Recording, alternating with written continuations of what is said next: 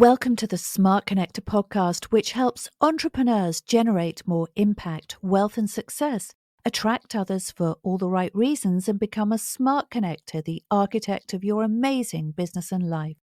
This podcast is sponsored by Virtual Non-Execs, the world's #1 peer-to-peer board advisor community, which connects thousands of investors, entrepreneurs, and advisors globally.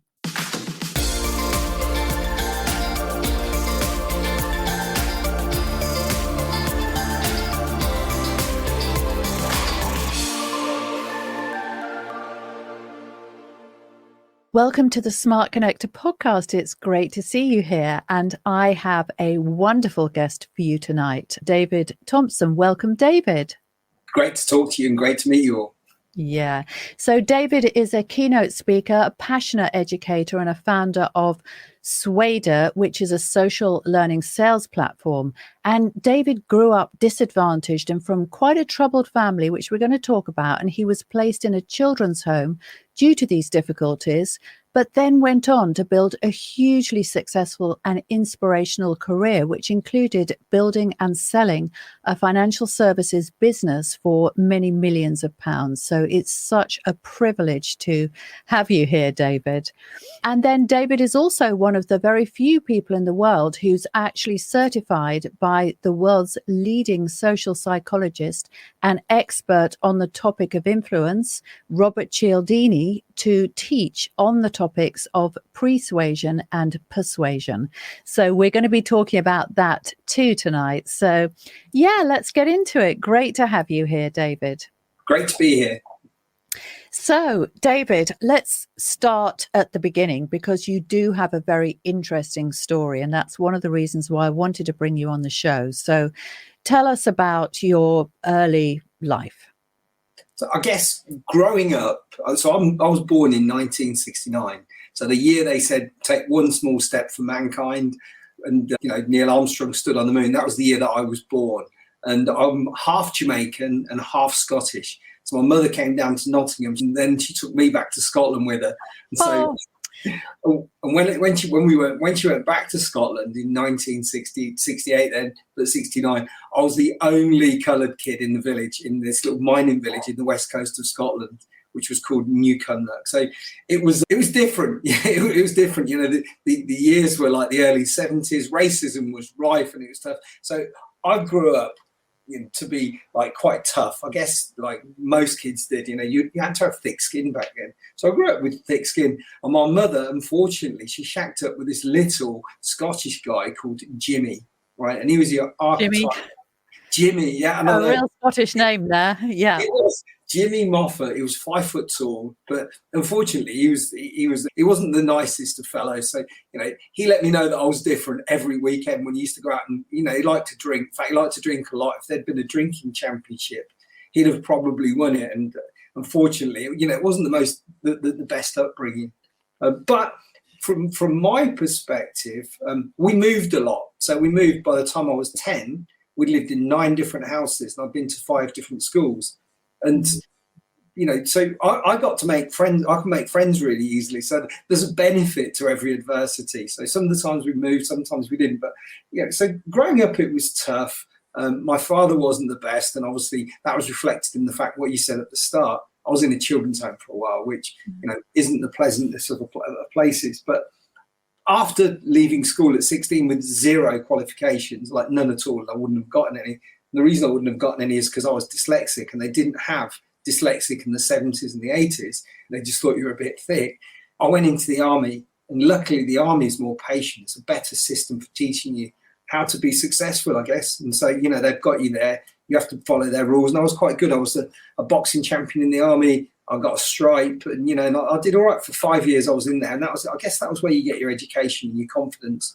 And then as you do, when I wanted to get out of the army as soon as I got in it, but I knew that I needed it. It was like medicine for me. I came out of the army and I read a book, and for me, it's like there's a book that changes your life. For anybody that's gone from rags to riches, there's normally a book that changes your life, and mine was written by a guy who created an insurance business called the Aon Corporation. I don't know if you've heard of the Aon Corporation. Yeah. AON. So that was written. Very famous. Yeah. Big. That was created by William Clement Stone. And so Clement Stone wrote a book called The Success System That Never Fails. And it was about sales. And I remember sitting in, at the time I worked in a boot factory when I first came out of the army, an airwear boot factory called Dr. Martens. They make the airwear boots that... Oh, yeah. Yeah, people will probably remember in the 70s when I was growing up, the skinheads used to wear these airwear boots, these Dr. Martens. Now everybody wears them. Anyway, I sat in the box between the boxes and I read 65 pages the first day, sat amongst these boxes, while this lad called Andy sat there, and he reminds me to this day. He said, "Do you remember you read that book?" And I read The Success System That Never Fails. And that book changed my life, because that was like, William Clement Stone lived till he was 100. And I think that's a good watermark for all of us if we live to 100. He had 17 kids, but he became a billionaire. And he said there was 3 things that you need to be successful. Inspiration to action. You actually have to get off your ass and do something, be inspired. Activity knowledge, so you know about the activity. And then know-how. That's the know what's working, know what's not working. And you know how to talk to somebody, how to frame, how to negotiate, how to do those things. So I guess that was my start of the beginning of me. So 1990, October 1990, working with Clement Stone and learning about the skills, the communication skills, the influencing skills, the Socratic questions. That was the beginning of the quest for young David, after having had, which we all get sometimes, a tough start in life. You know, we all get a tough time in life. Mine was at the start, and luckily after then, I'll put that behind me. That's really, an inspirational, just an amazing story, and what you went on to achieve is just incredible, David. So I have a question about that. So do you think your drive came from that tough start, or do you think that it is just something that you were born with, and that it's just inherent, it's just in your nature? You know that this is a really good question. It's a really good question, and it's a really good question for 2 reasons, right? So I remember thinking that because of my upbringing, that made me really determined, because one of my characteristics, I'm really determined. But I remember I was a financial advisor, and I was stressed because I just started a business, and I started getting stress pains down my arm. This was 25 years ago, and I went to see the doctor, and they said, "We refer you to a counsellor." And this lovely young lady, I said to her, I'm really determined because, and what she said to me was, she reframed me. She said, "No, you could have been just as successful and had a brilliant upbringing as well. And it wasn't, and it didn't have anything to do with the fact that you had a tough upbringing. You could have had that and also done it. Tons of people have." So if you asked me to put my life on it, I wouldn't go either way. I don't know for sure. But we think, well, maybe it's because of, that tough, the dark period that you go searching for the light. But the therapist at the time, she said to me, no, you could have had a really good time and had really real success. She said, so don't put it down to that, because you're just reframing, which is interesting. So my answer is, I don't know. But if you said to me, my heart of my hearts, what do I think it is? I think, yeah, probably it is. Because when you're going through hell, you keep going, and then all of a sudden it makes you more resilient. Yeah, that's right. And also, when you're in the army, obviously the army is all about discipline. It's about leadership, personal leadership. They teach those skills, don't they, in the army? Everybody knows that the military, they prize those qualities quite highly. Do you think that also shaped you and actually had an impact on your future success? I think the army's brilliant for everybody, because ultimately in the army there's a way of doing things, and they call them standard operational procedures. One of the things that fascinates me about life, if I look back, I'm 54 years old now, I'm not a kid anymore, but it's like when you look at sales, people go through bits of little titchy bits of sales training, right? And they don't have a system for it in terms of pitching, framing, negotiating, influence. The army have a system for every single thing that you do. How you make your bed, how you get up in the morning, how you dress, everything has to be immaculate. And they just have a way of doing it. And I think that way of doing it in the army, that set me up for life. So for me, it was a great experience. However, it was like medicine. At the time, I didn't like it, but I needed it, and it made me a better person, especially having had a real tough upbringing as a little kid. Yeah. That's really, really interesting. I mean, personally, And obviously this is, we've spoken before this, and we, got to know each other a bit and so on. And, it's just interesting when you hear people's history, because I can see all those different threads kind of coming together. So that's very, very, interesting for me just to hear your take on it. Yeah. So David, what I wanted to get onto now is this amazing achievement in a way that you had in terms of, becoming certified by Robert Cialdini, who I have to say is one of my heroes, because I personally love his book and all the principles in it, influence, the psychology of persuasion, and so on. I mean, it's a huge book in the sales kind of training arena, isn't it? So tell me, how did you come across him, and how did you end up actually getting certified to teach those incredible skills of persuasion and pre-suasion, which we're going to get onto? So from my perspective, I didn't learn influence until later on. I didn't learn about it until, I don't know, I'd already had tons of success, like as a financial advisor. And if you look at influence itself, it's a little bit of a lot of things, right? So, like, for example, the principle of consistency and commitment doesn't really exist. That's Socrates and Socratic questioning, right? So Socrates is principle of consistency and commitment. So that's not even a real thing, although it says it's a real thing, but it's Socrates. So let me explain to you. Socrates, right, is a philosopher that's been around for 2,500 years. And what he said was, if I ask a question or a series of questions to which somebody will readily agree, and then I ask a concluding question based on those agreements, I will receive a desirable response. So it's about asking questions that get you the right answers. So that's what consistency and commitment is all about. If somebody says they're going to do something, and then you ask a question about it, will you do it?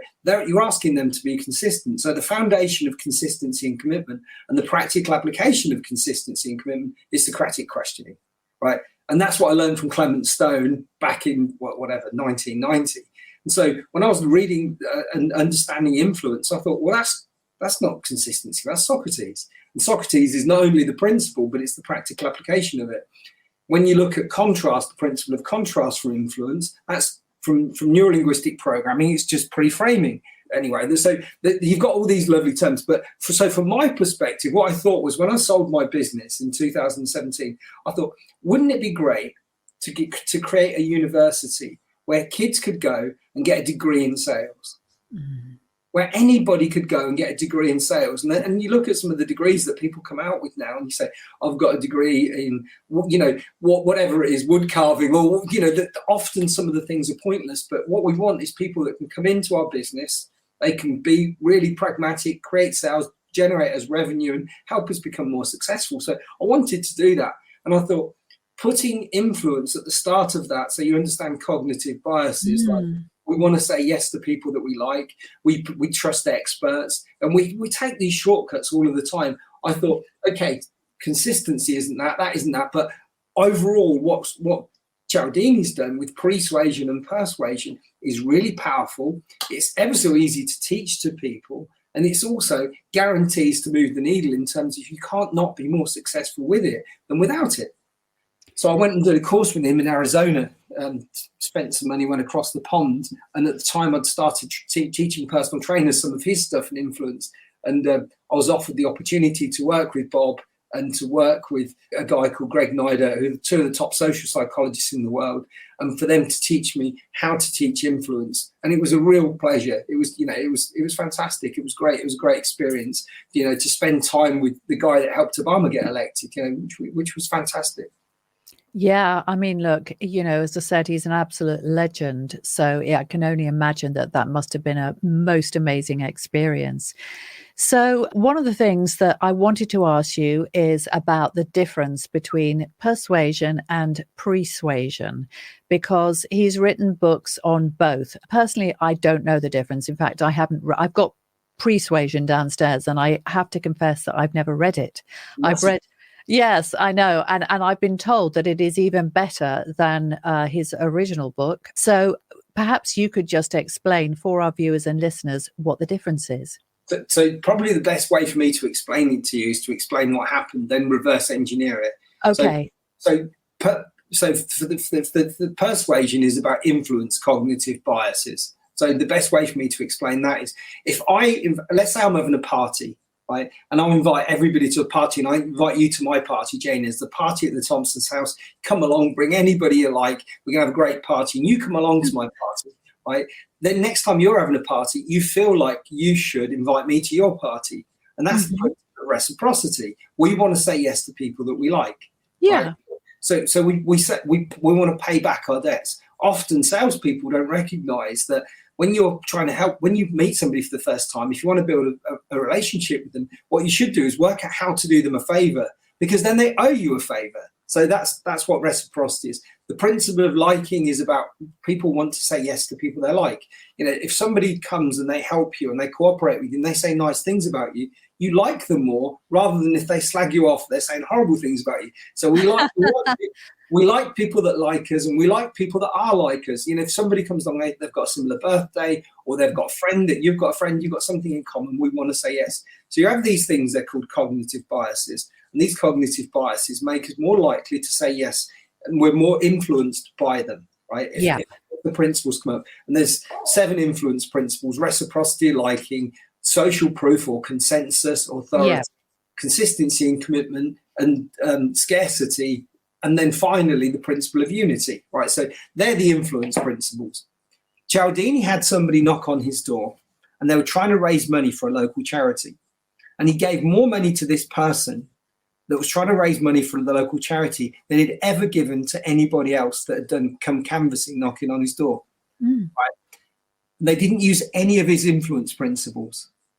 So what did they do? Question 2, what did they do? How could they get him to part with more money without using any of his influence principles? What could they do? I have no idea. They brought a little child along with them, and they were they brought a little girl along with them, a little 6-year-old girl, and they said, we're trying to raise money for the local Girl Guides Brigade. And Cialdini seen this little girl there, and they said, would you be so kind? And what they did was they targeted his mindset, so they were more susceptible to it. When you want to get somebody just in the right mood. So persuasion is about getting somebody exactly at the right time in the right mood. So interesting. So often you ask yourself, you think, how can we get somebody exactly in the right mood? How does that work? And my God, yes. I'm going to be reading this tonight. I'm now really excited. This is deep. Yeah, so it's powerful, right? And it's really powerful. So before you try and use any of the influence principles, think, what's the optimal starting point? What's the perfect mood you want to get somebody into? And if you think about that, you think, right, okay, is it you want somebody to feel like they owe you? Is it somebody to think like they don't want to lose something? And you can do that. It could be the meeting. It could be the location. It could be the language you use. It could be the person you bring with you. And so you want to target the right mindset. And so it's really, really powerful. So as well as looking at all the influence principles, there are things you can do. You can do things ahead of time. So let me give you an example of that. Online on a website, there was a thing selling sofas where you go and buy a sofa. And what they did was they put pebbles in the background on some visitors, and they put fluffy clouds on the background on other visitors. When there was pebbles in the background, right? So when there was fluffy clouds in the background, they went and found the most comfortable sofas. So when they put pennies in the background, it wasn't pebbles, pennies in the background. What happened was they bought the cheapest sofas. So all of a sudden, the sales of cheap sofas went through the roof because there was pennies in the background. People wanted to sell pennies. When they put fluffy clouds in the background, the sale of comfy sofas in the background, the sale of comfy sofas went through the roof. So interesting. So if you're going to meet somebody and you want it to be in a certain way, you want to target the mood, the mindset, getting them exactly in the right mood. And we know this. We know you want to get somebody in the right mood. You say, look, don't talk to mum right now. She's not in a good mood. Wait till later when dad's home or whatever. You wait because you want to get them in the right mood. So that's what persuasion is, targeting that mindset. And then you can use triggers to do it. Well, that's really funny because I was just thinking as you were saying that, personally, if somebody makes me laugh, And I are far more likely to fall in love with them very quickly. I've noticed that, from the past. It's like I'm such a soft touch, if you really have me falling around on the floor, big belly laugh, I like automatically it's like the mist come down and I'm in love. I get it. Let me tell you my most interesting story on this that was really interesting to me. Yeah.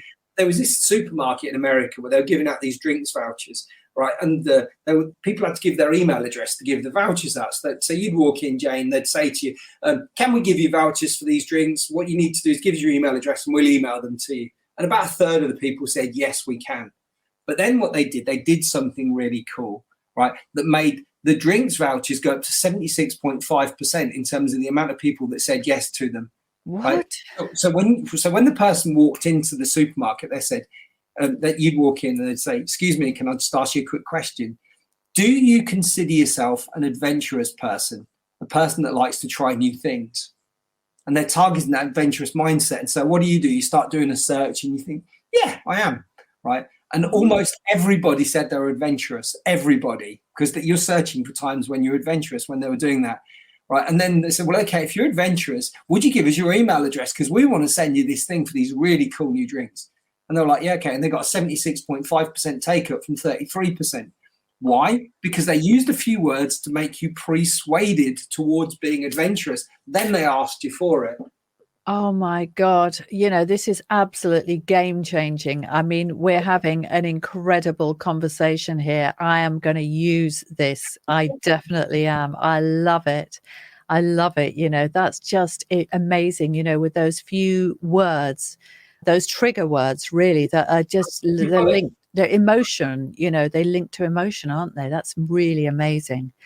Gosh. So tell me, how have you used let's just say the art of persuasion in your own career? David, give me an example. I'll give you a brilliant example, right? So when I sold my company, right, you have an earn out, right? And I had an earn out. I was supposed to pick up £1 million, but they were giving me the runaround and it wasn't going to happen. Right. And I was getting paid £150,000 a year. And this is a true story, hand on heart. I was getting paid £150,000 a year. And as soon as I got my few million, I was like, I'm out of it. I've had enough of this now. Yeah. But I thought, I wonder if I could try persuasion. And the earn out was over 3 years. I thought, I wonder if I could try persuasion to get them to give me £450,000. 450 grand. I wonder if I could get them to pay me my salary in the next 3 years. I wonder if I could get them to give me all of it up front and I leave. Right. So it literally, this is just an idea, right? So I thought, what would I need to do in order to do that? What would I need to do? And I thought, what would they need to think, right? What mood do I need to target? And I thought the mood I'd need to target would be remorse, regret, and we've let you down, right? I thought if I could get somebody thinking, oh my God, we got it wrong. We've let David down. And then I thought, okay, what are the triggers for that? So I said to the guy that bought the business, you promised me we'd build the technology and we haven't built the technology. You told me I'd enjoy it. And it was obvious I wasn't enjoying it because they just put a load of HR bods in place, right? And you also told me we'd work together and his wife had been ill. And so anyway, I said, my people are asking me, David, how are you getting on? I said, if I tell all of my people, right, what I'm truly feeling and thinking right now, I'll tell you now, you'll have bought dust. They'll disappear like nothing. I said, so here's what I propose. Why don't you just pay me for the next 3 years like you've agreed to pay me, and I'll just chip and leave you to it, right? As opposed to me being here. Alternatively, I can stay and I'll just take your money forever and I'll tell everybody what the score is. And I said, because you promised me we'd do the tech and we haven't done it. You promised me that I'd be enjoying it, we haven't done it. And you said we'd work together. All of a sudden he went, okay, so they offered me, they said, we'll give you 2 years. And I thought, deal or no deal. And I thought, I'd like to gamble. So I said, no, and I got 3 years, I got 450,000. Oh my God, really? But it was targeting the mindset. What mindset did I need to get them into to think about it? And what were the triggers that were going to initiate that mindset? Yeah. I mean, some people would say, well, that's highly manipulative. I mean, look, I've been through a sale and an earn out myself. So, I know exactly what you're talking about. And I was exactly the same as you. Having been through the sale, I did not want to do that earn out because of course what happens is they set these impossible targets. You know, you've really pushed the boat out to get the sale. You know that you're not going to hit those targets anyway.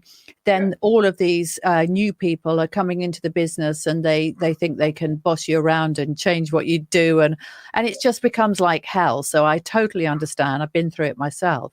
And I managed to kind of engineer an exit too after about a year.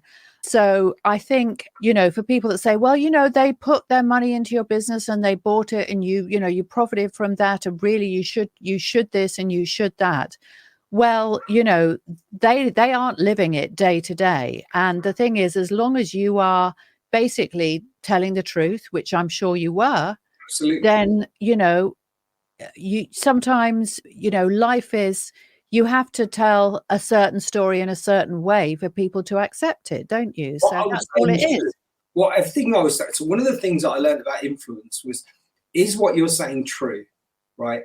So if you're going to use any kind of influence, this is what I'm saying. What I was saying was true. They did promise me I'd work together. They did promise me I'd get the earn out. They did say I'll guarantee to get you earn out, right? Yeah. They did promise me we'd do the technology. Right. So is it natural? So I wasn't bringing anything that wasn't natural. And is it wise? Could I say it over and over again? If I stood in front of a judge, court of law, so is what I'm saying true? Is it natural? Is it wise? So all I was saying was true. People were asking me. So all I did, I brought them to the top of their consciousness. And that's what you do for influence. You bring it to people's consciousness. And then all of a sudden it was worthwhile for me to do so. And I could have stayed there and taken the money and never enjoyed it. And so I wasn't saying anything that wasn't true. I wasn't saying anything was natural, and it was obviously wise. And then I got paid for 3 years, which was happy days. Well, that is really genuine. So persuasion is powerful. So if you want to learn it, read the book, and it's powerful. Ideally, you need somebody to coach you through it, because there's grafting getting your head around it. But obviously, I was coached by Bob, and you know that made a difference. Oh, yes, I'm sure it did. Absolutely. So tell us about your platform, David. So where did the inspiration for that come from? And, you know, also, you know, how could people engage with it if they wanted to? So what happened was, when I sold my business, I was going on a snowboarding trip to the Alps, and sat next to me was a lady called Maureen Sumner-Smith. She's an amazing lady, and she was the COO of the British Standards Institute. And so I was sat next to her on this plane, and the universe synchronizes for you to be in the right place at the right time to meet the right people. So Maureen's like, what are you doing? I'm like, nothing, I'm starting my business. So I've just agreed to start working with Geraldini. And anyway, she said to me, you should be my sales director. And I ended up going in doing some consultancy for 18 months. And it's funny when you walk into, you know, a great big business like the British Standards Institute, you know, you go in there and you expect things to be a certain way, like everybody's trained properly, even the recruiters and whatever, and they just weren't. So I was able to go into that great big business, great big corporate business, that, you know, and go all over the world. So I started off in the UK, and then I worked with people in Dubai, and we had massive success. They increased their sales to 400 people by 40%, which was amazing. I was teaching them, this is what your mindset needs to be. This is a positive mental attitude. And it was the stuff that I'd learned from Clement Stone. And then over the years, I've worked with Bandler and Grindler on neuro-linguistic programming. So this is how language works. This is negotiation. So I worked with those guys. And when I was working with them, I'd got a platform, but it was a rudimentary, basic platform. And people were like, well, wouldn't it be good if I made I've always made people teach back what they've learned. So if I teach you something, Jane, the way I know that you've got it is if you can teach it back to me. Okay. So I built that into a platform, and then I thought, we're teaching persuasion and influence. We should call it Suede. So what happens is the simple thing: you see somebody else doing it, then you teach somebody else back. So then somebody else will teach you how to do it back, and then you do one. So see one, do one, teach one. So you'll learn something like an influence principle. You watch all the videos, do the flashcards and quizzes, but then you have to teach it back. And when you teach it back, it goes into a social media news feed that everybody else can see. And so there's a little bit of peer pressure on you because you don't want to put crap in there. But then what happens is that's sortable, and those teach back videos become reusable knowledge objects. And so that's what we've done.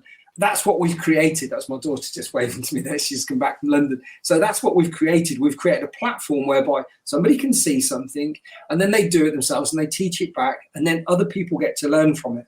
And there's nothing else like it in the world. And for salespeople, it's a game changer because you get to see what everybody else is learning. And then obviously we have every single element within sales: pitching, framing, negotiating, opening, closing, influence, NLP, all of those things. So it matters. That sounds absolutely brilliant. So if somebody wants to get on the platform, how do they do it? So the easiest thing, just drop me an email, david@suada.com, suada.com, and then I'll do you a demo. And if you like it, here's the guarantee for anybody: if you've got salespeople, if you're a salesperson, if you learn this stuff, you cannot not be more successful. Like when I left the army, it wasn't the education there that made the difference. And when I was a financial advisor, it wasn't that I was the best financial advisor. I knew about influence and persuasion. So I've taken that training, we've put it into a platform, and currently we train some massive companies. And if your people learn it and you want to go into 24 and have the best year ever, learn from Suede. We've got an amazing system and some great. Yeah. That's really amazing. And I mean, obviously, I'm a marketer more than a salesperson. Having said that, you have to, if you don't understand sales psychology, you're not going to be a good marketer. You aren't, No. because you have to understand the order in which people, build trust and make decisions and prioritize you over others. You do. So the two are inextricably linked. And a lot of people say, well, sales and marketing, they're very different disciplines, but I actually would disagree. I would say, marketing is really the practical application of sales, and they are one and the same because they all basically lead towards a purchase, right? Yeah, absolutely. And I mean, what you've got, if we looked at it from an influence perspective, when somebody comes to you, if you're marketing, there's 3 influence principles that come straight away. Mm-hmm.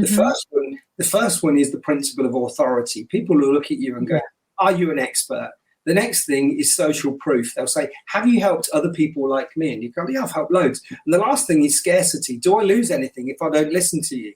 And you think, wow, this person's an expert. They've helped loads of people like me. And if I don't listen to them, I'm going to lose something. So that's the first 3 influence principles that come out immediately when you start talking to somebody. I've got to talk to Jane. She's mega at this. She's helped loads of people. And if I don't listen to her, I'm going to miss out on something.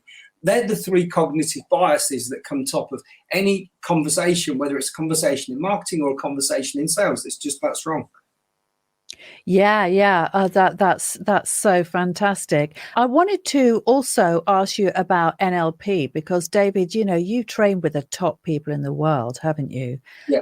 I mean, you mentioned Richard Bandler. I mean, he's an absolute legend, isn't he? Yeah. It's amazing. I love NLP. Yeah. Okay. So you must have so much incredible world-class knowledge and wisdom locked up in that brain of yours, and obviously that you've poured into the platform as well. But tell us, if I was to say, okay, what are your top 3 NLP secrets when it comes to sales? What would you say? So one of the biggest things with sales is with NLP. I mean, NLP perhaps is the daddy of them all. If you wanted to look at, what's the big rock that moves it. I was the top financial advisor in the country. When I learned about NLP, I doubled my sales. That told me everything. Mm. The big reason NLP is so powerful is you understand how language works. So if somebody says to you, I'm happy with that, that's what's called a nominalization, and it's surface structure language. And so what we need to do is we need to dig into that. We need to know from the surface what they really mean. So somebody says, do you want to do this podcast? You say, yeah, I'm happy with that. You say, I'm happy. And they say, yeah, well, I'm happy because I'm going out to the thing in the morning. I'm coming back at 4:00. So 4:30, I'll be good to go. And I can't wait to see you. You need to know there's some more digging. Too many times when we get answers, we don't know how to go from the surface structure to the true representation, i.e. understanding what somebody means under the covers. So we need to know what somebody means. And so NLP will teach us how to do that by knocking out nominalizations. I'm happy, I've got peace of mind, this is pretty good. We need to know exactly what somebody means when they start talking to us. NLP does that. So that's one thing. Mm. Another thing that's really good with NLP is there's a thing called future pacing, right? Future pacing, and I call it with Piggy. right? Piggy. And piggy is like the pig, but double GY. So let's say I was selling a car, and I don't sell cars, I know anything about cars, but let's say you said you wanted to buy a car and you wanted to buy an electric car, right? And I know the electric car that you're going to buy was a Nissan Leaf, something my son's just bought, right?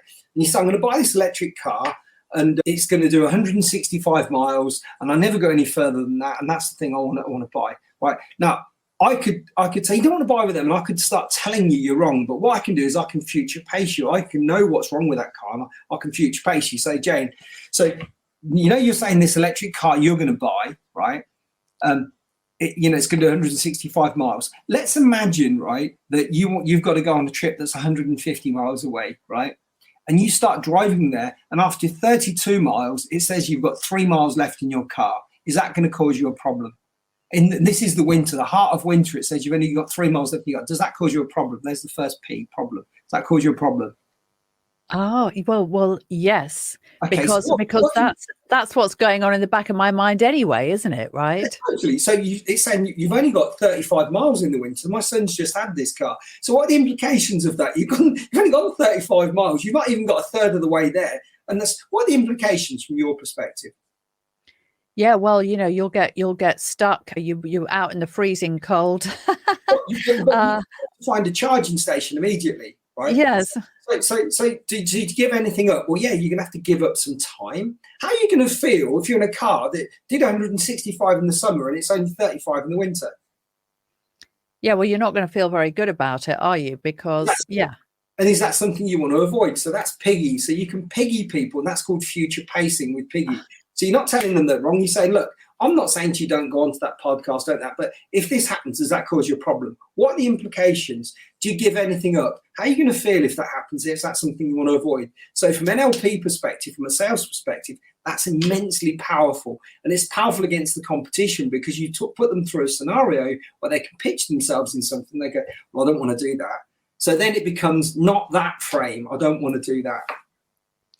Got it. Yeah, that is just so interesting. And the last thing from influence would probably be the power of framing. So pre-framing, reframing, deframing, changing somebody's perspective using the power of frame. So too many times when we use language, we say, look, I know we're not the best, or, there is other alternatives, but what we need to know is how do we pre-frame somebody and target the mindset we want to get them into? So if you're looking for the best podcast in the world to meet the coolest people anywhere on the planet, then we're the best place for you. And you can also tip into the principle of authority. So I'll go into something from influence. So there's a principle of authority from influence which says that if you want somebody to trust you, you can do something and get them to trust you immediately, but you need to do something that's counterintuitive. Do you know what that is? No.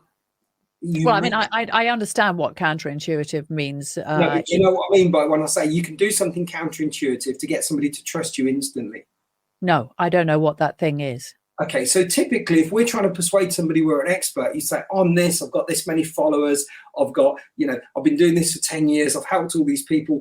And people can think, yeah, but I don't know. You don't know what you're saying is true, right? And you say, so what you can do is you can do something that's counterintuitive. And the counterintuitive, you say, look, I'd like to tell you I'm Seth Rogen. I've got the #1 podcast in the world. But I haven't, In fact, I've only got number 2, number 3, number 4. However, if you do all the podcasts in the world and you looked at 95%, right, they're not doing it, I'm in the top 5% in the world. So I'm not in the Seth Rogen world, but we are in the top 5% in the world. And so you admit a weakness and then you pivot on the word but. And the minute you do that, you become instantly trustworthy. And you're saying, and over the years we've done this. The minute you mention a weakness, everybody trusts you. And so you're pre-framing your audience with mentioning that weakness.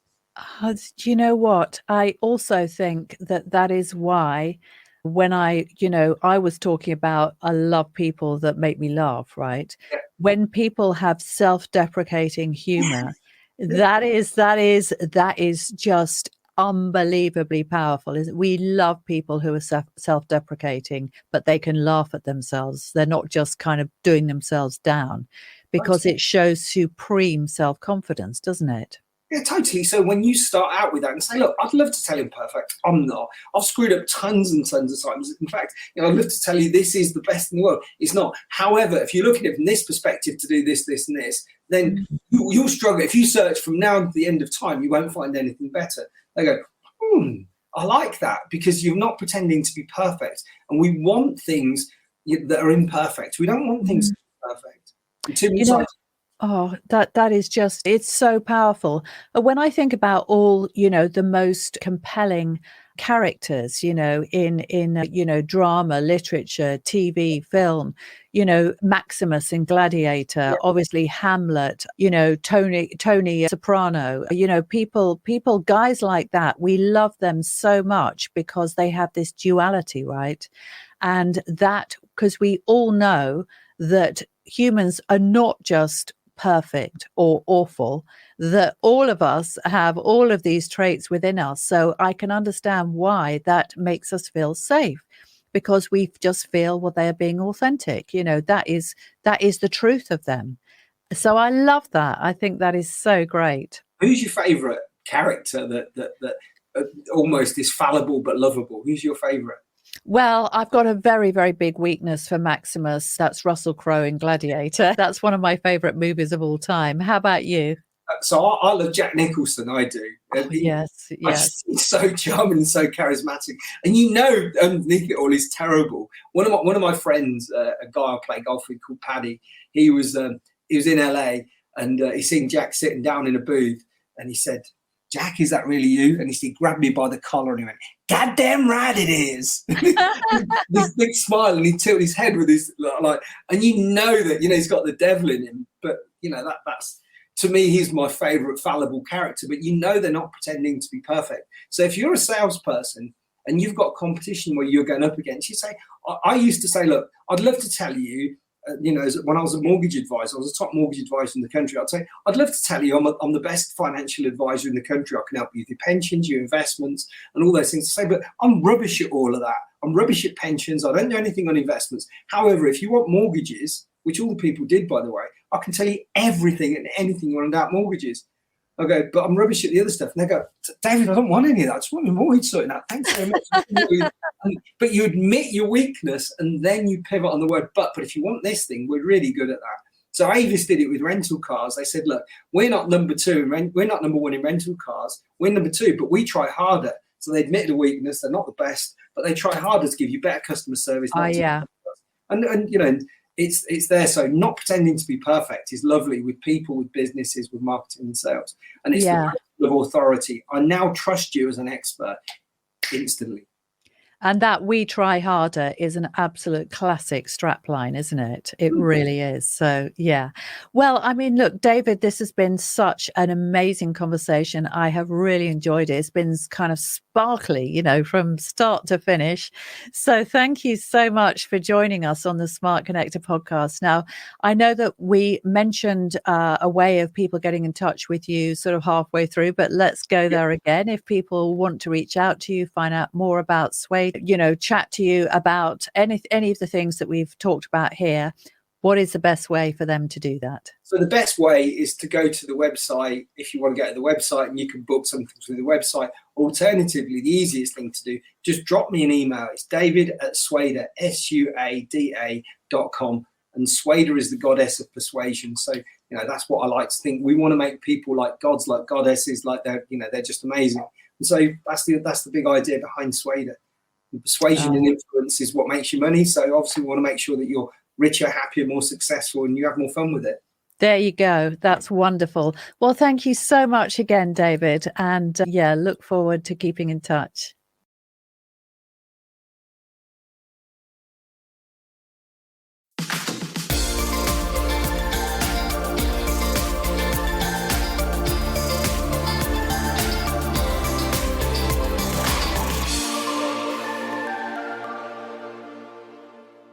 Jane Bayler is the Smart Connector, a London-based, passionate serial entrepreneur, brand marketer and business growth exploder who helps overlooked and undervalued consultants and sector experts generate consistent, scalable revenues through becoming the go-to choice of their dream clients.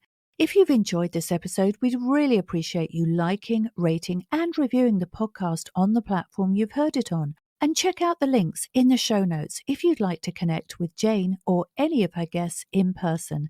Thank you for listening, and come back soon.